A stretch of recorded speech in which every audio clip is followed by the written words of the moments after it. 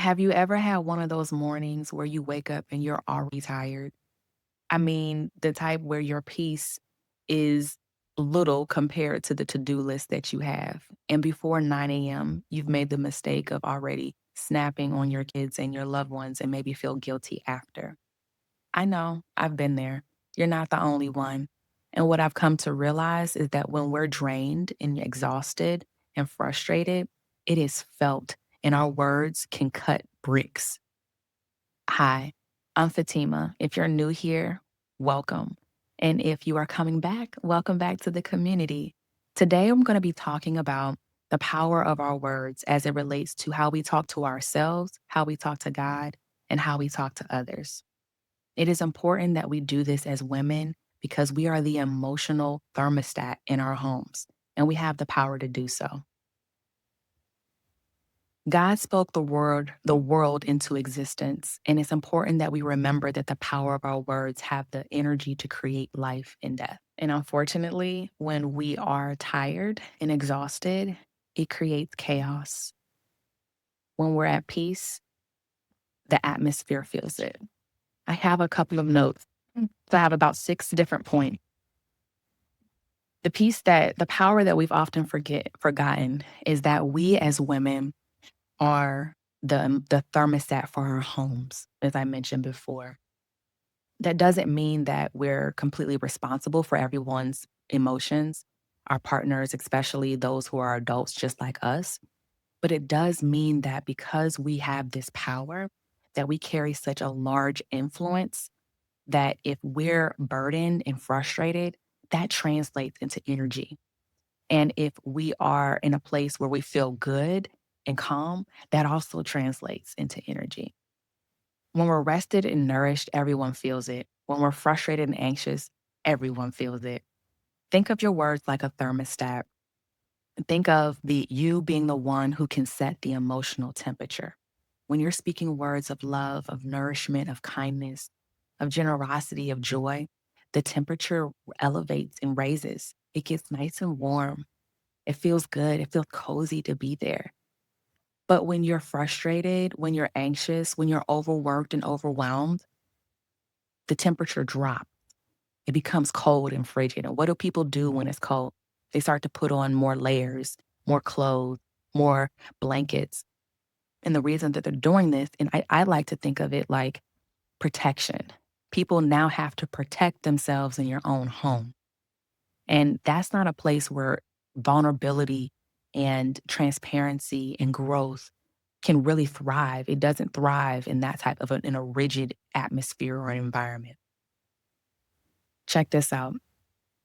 Research from Dr. John Gottman, who is a relationship psychologist, shows that tone and language predict relational stability more than the content of the argument. What does that mean? It means that people hear your tone and hear your words more than they actually hear the content and the context of your words. I remember years ago, I was having a conversation with a leader of mine, and they were yelling at me.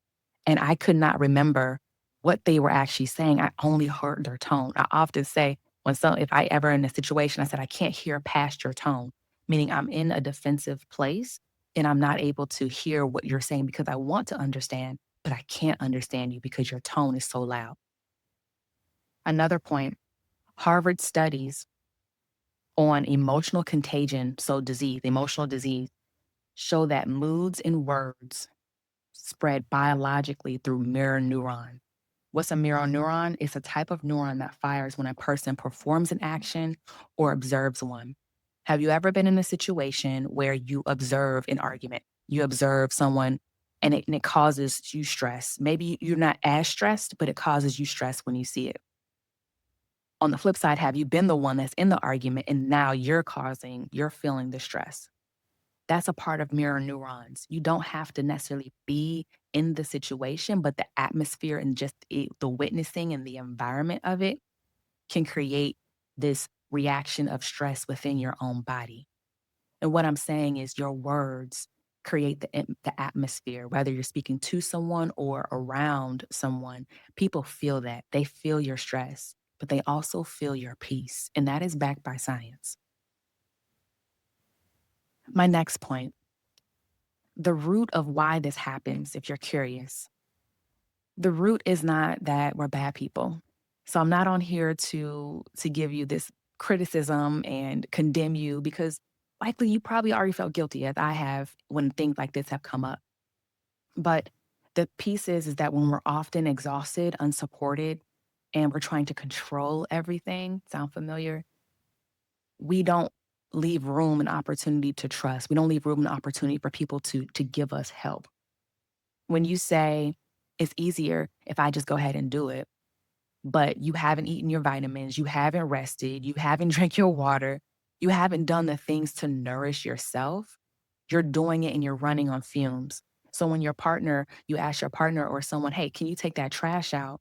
And then for whatever reason they forget, you're not just responding to the fact that they forgot to take the trash out. You're responding to all the moments that you have not felt supported, that you haven't felt heard, that you haven't felt seen. It builds up energetically. Those emotions, they build up energetically. And that takes away from you being able to create the atmosphere in your environment and in your home. So, one of the things are we cannot pour living water into a well that is depleted. Even Jesus withdrew. Even Jesus needed to withdraw, and that's okay. He needed to rest as well. And in order for us to do that, we can model the same. My next point, the consequences when our words create chaos. The same way that the same way that God created and formed light, those words form energy. When we speak fear, when we speak criticism, when we speak comparison, they create a total energy and a dynamic and a presence that is not conducive for growth. It's like a poison that's in the atmosphere. The consequences of this emotionally, you feel guilty, you feel ashamed, you feel self critical, and you start to blame yourself. And the emotions, it brings the energy down. Relationally, your children shut down and maybe your loved ones withdraw. Physically, studies show that negative talk increases your cortisol, which is stress. It weakens immunity and delays your healing. So if you're dealing with some type of sickness, consider the words that you're speaking. I'm not saying that's the full breadth of what it could be, but consider the words that you're actually speaking. Could it be different? Your words create your environment. That's not just your external environment, that's your internal environment in terms of your health as well. And spiritually, it distances us from actually receiving the level of love that God has for us. My fourth point, how do you transform your words and your energy? You transform your mornings. It's like, Fatima, thank you for telling me all these things about my stress, about how I'm talking. How do we change it? One of the things that I love doing and that I've been practicing is transforming my mornings. So before you speak in the morning, before you get up, choose in the morning to pray, to journal, and to listen. And you can pray in your mind. Talk to God before you talk to anyone else. Tell those in the home, hey, when I first wake up, I'm not immediately going into the to do list. I'm not immediately going into all the other things. Talk to me about that the night before so we're clear on a plan. But in the mornings, talk to God. Ideally, between the hours of 4 a.m. and 6 a.m. seem to be the best. Now, you can talk to God anytime, but before the world wakes up or even your house wakes up, having that moment of silence truly it has transformed my life. It has really changed many things for me. Neuroscience backs this as well. Early morning silence calms the amygdala, which is the stress center, and resets your nervous system. The second thing is to nourish your body. Take your vitamins, drink your water. Look, I'm about to take them now. Good. Get you a water bottle. Have that around all the time. I got my water bottle around, okay? And make sure that when you're actually sleeping, it also your frontal cortex, the part that helps you respond versus react, that is reset as well. So that's important because when situations happen and stress happens outside, especially outside of your control, you need to be in a position to be able to respond, not just react. That goes back to creating the atmosphere. The other piece is boundaries. Yes.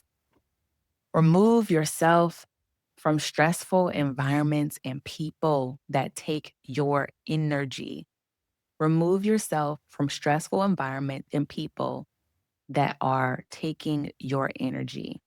It is a great practice to steward your peace. It's not avoidance. If you see something and hear something, continuous patterns in environment, it is okay to find a way to create and remove yourself from those places, especially if you've already confronted it and addressed it, and to create an environment for yourself where you can steward your peace better.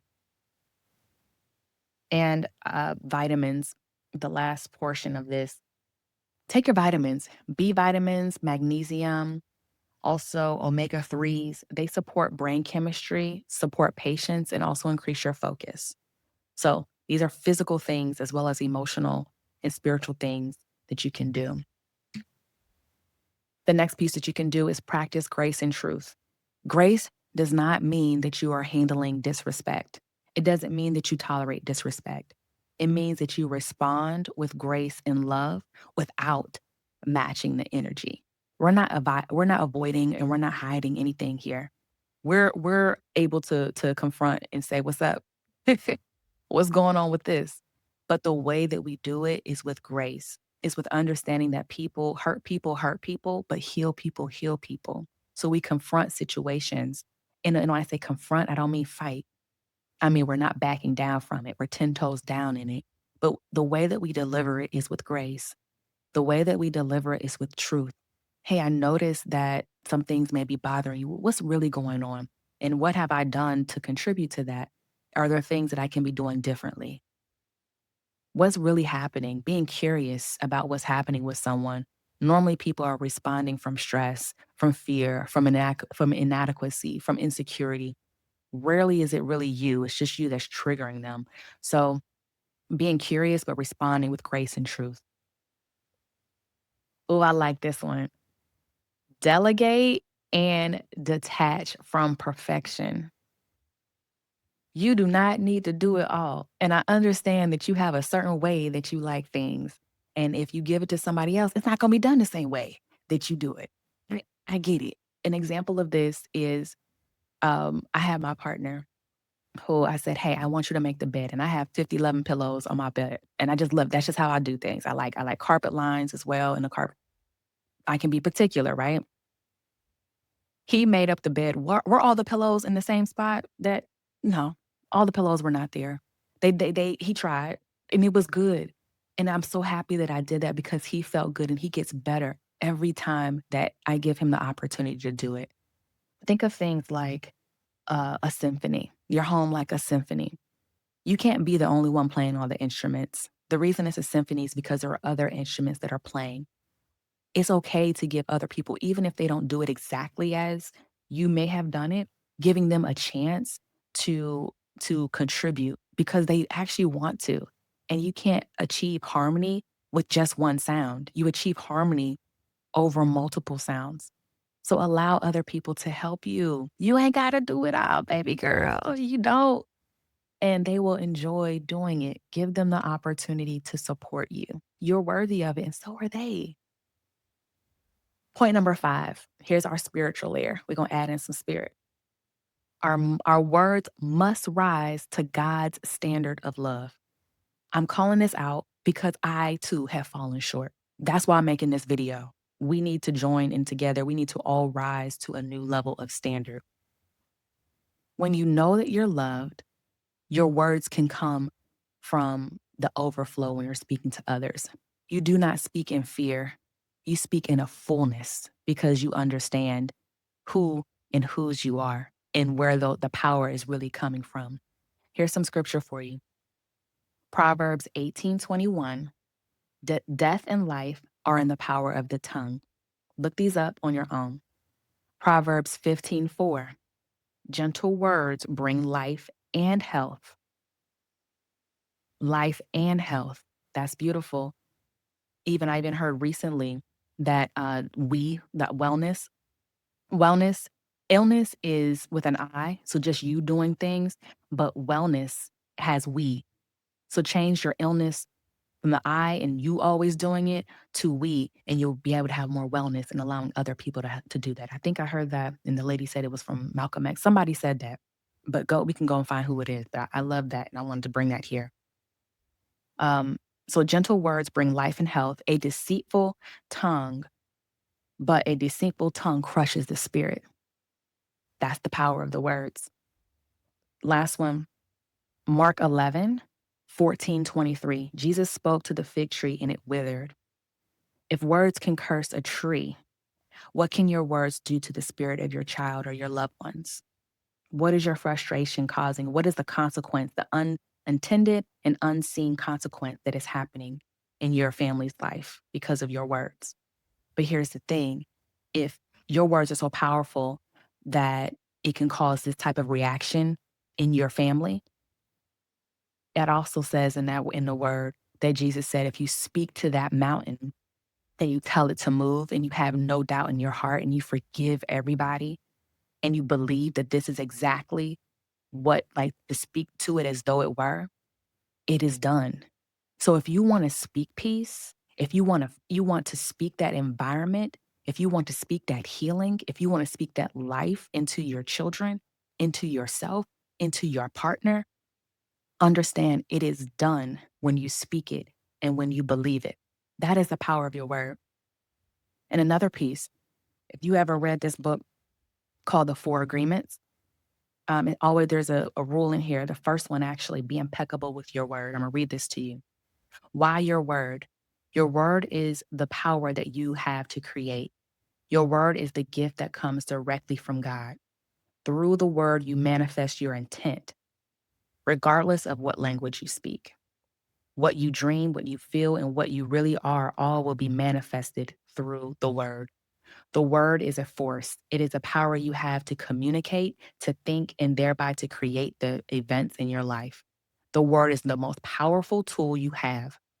But like a sword with two edges, your word can create the most beautiful dream, or your word can destroy everything around you. The power of your word. And the last point, the reframe, your integration.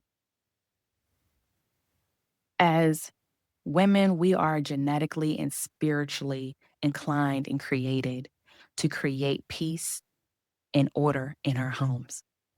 Again, I'm not saying that this responsibility can't be for other people, for like the other people in your home, but we are built for it, is what I'm saying.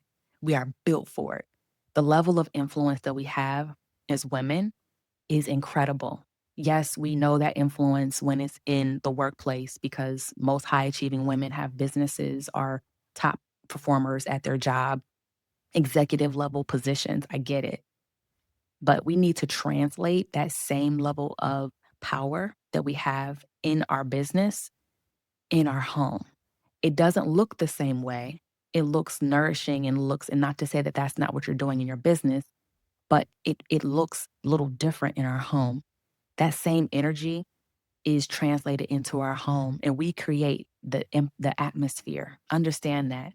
Be a woman that creates the atmosphere in her own life and in the life of her family and the life of her home. And when this happens, our partners feel safe to go do what they need to do. Our men feel empowered and inspired and spoiled. Our children feel good and healthy, especially in this world, y'all. Like, it's a beautiful world. It's a lot happening, and it's still a beautiful world. It depends on how you speak your world into existence. But it all starts with a rested, nourished, and disciplined mouth. I'm not saying that it's easy because if it were, we would all be doing it. But what I'm saying is that we're built for it. And in the times that you fall short, forgive yourself and understand that grace is sufficient for you. And you can start again, reflect what happened. How can I do this differently? And choose in that next moment to make a difference, to make a different choice. Create the temperature in your home and speak things that are not as though they were. This week, I want you to speak differently. This is your homework. Remember, your words create. And I want you to answer in the comments for me. What's one word? What's one area of your life where you've noticed your words, whether you're speaking life or you're speaking chaos? What's one area of your life? Drop it in the comments. I'm also going to be doing a live virtual morning reset for my women coming up soon. If you're interested in that, let me know. I'll leave a link in the description. Thank you so much for spending your time with me. I'm excited to hear from you, and remember, you are powerful. You are powerful. Your words create. Let's do this and rise to a new level of standard together. Bye.